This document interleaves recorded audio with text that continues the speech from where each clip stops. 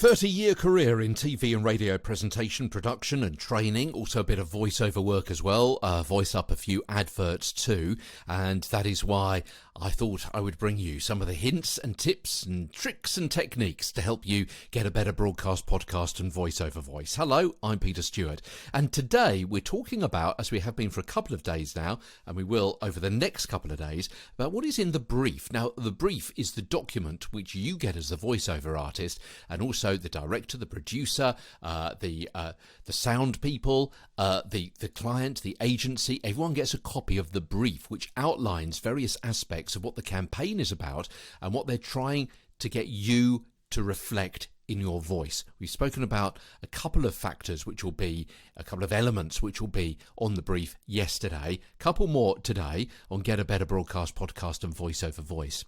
So the brief will also show, hopefully, if not, you can politely ask, where will this recording be played? Now, again, this information can change your tone as a voice actor, because if you know it's for TV or radio or cinema, then you may have your voice in one way, or if it's going to be played in an airport lounge, it could be another way. Yeah? Radio is much more of a kind of one-to-one experience. A cinema is very much a one-to-many experience. Yeah? An airport lounge, you're going to be picturing people listening to you in a completely different environment, quite obviously. That could very easily change your tone, your style. Yeah? It could be a corporate script for a video that every staff member will see, alone at their desk, and maybe hear through headphones. And therefore, your style is going to be completely different. Yeah? Something which is going to be played on a big screen in front of 100 people, even though they're learning exactly the same thing, your voice, your presentation style, and all of those elements that we spoke about in some detail about 6 months ago are going to be different than if you're going to be actually talking directly to one person in their ears at their desk or at home. Yeah, it's going to be different. For example, okay, let's give you an example of this.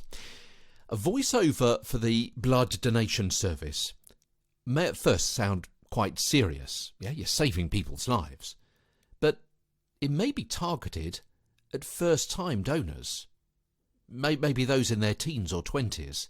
And so, as an introduction, the tone may be actually quite light. You're explaining to people what they'll have to do, how it's going to help people. Yeah, it's not too heavy.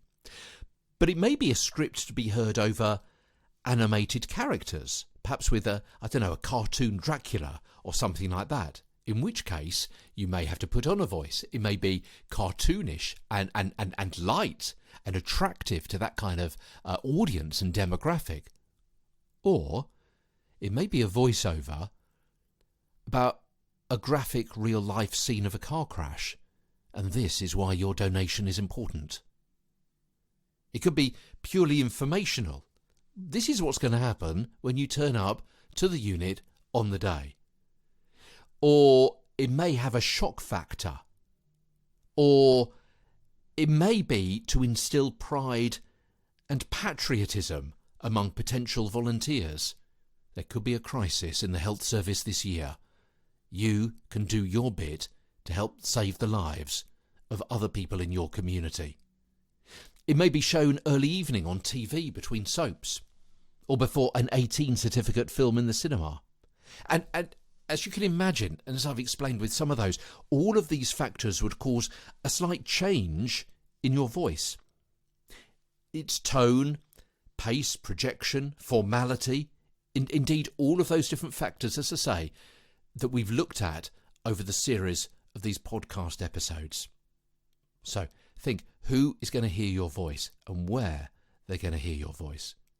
Some more elements, some more information that hopefully are going to be included in your briefs tomorrow as Get a Better Broadcast, Podcast and Voiceover Voice continues. From London, I'm Peter Stewart.